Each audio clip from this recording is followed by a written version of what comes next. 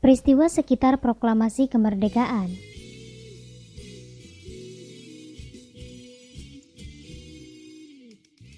Pada tanggal 14 Agustus 1945, ketika Jepang menyerah pada sekutu.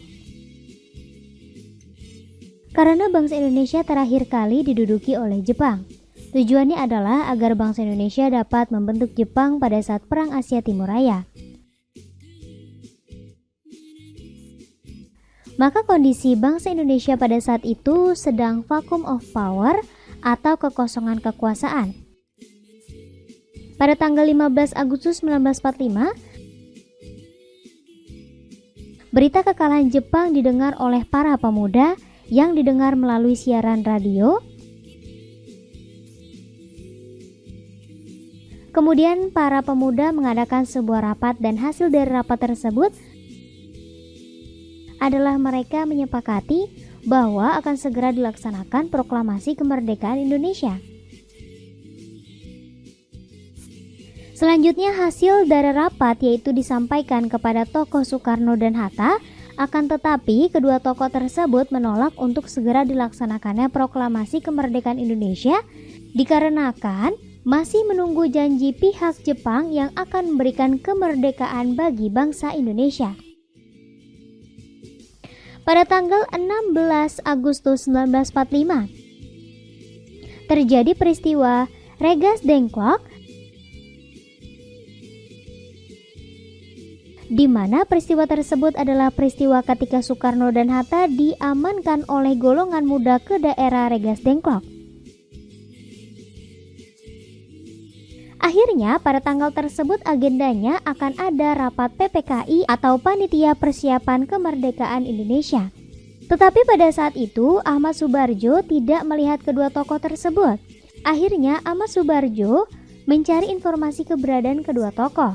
Maka diketahuilah bahwa Soekarno dan Hatta sedang dibawa ke Regas Dengklok oleh para pemuda. Kemudian di sana terjadi perdebatan panjang antara golongan muda dan Ahmad Subarjo.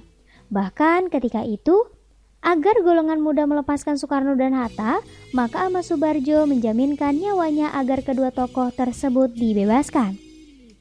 Atas keyakinan yang diberikan Ahmad Subarjo, maka akan melepaskan Soekarno dan Hatta. Setibanya di Jakarta, Soekarno dan Hatta menemui Jenderal Nishimura untuk mempertanyakan janji kemerdekaan Jepang yang diberikan Jepang kepada bangsa Indonesia.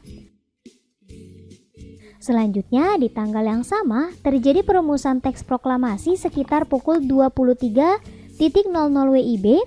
Kemudian, kalimat pertama pada teks proklamasi adalah ide dari Ahmad Subarjo dan kalimat penutup pada teks proklamasi adalah sumbangan dari Muhammad Hatta. Akhirnya, kemudian Soekarno sempat mengusulkan agar teks proklamasi ditandatangani oleh semua orang yang hadir pada saat perumusan teks proklamasi tersebut. Kemudian Soekarno memutuskan agar Soekarno dan Hatta saja yang menjadi perwakilan atas nama bangsa Indonesia menandatangani teks tersebut. Sebelumnya, teks tersebut telah diketik oleh Sayuti Melik dengan beberapa perubahan. Pada tanggal 17 Agustus adalah pelaksanaan proklamasi. Pada acara pelaksanaan proklamasi, yaitu beberapa rangkaian acara yaitu pembacaan teks proklamasi kemerdekaan Indonesia oleh Soekarno dan didampingi oleh Muhammad Hatta.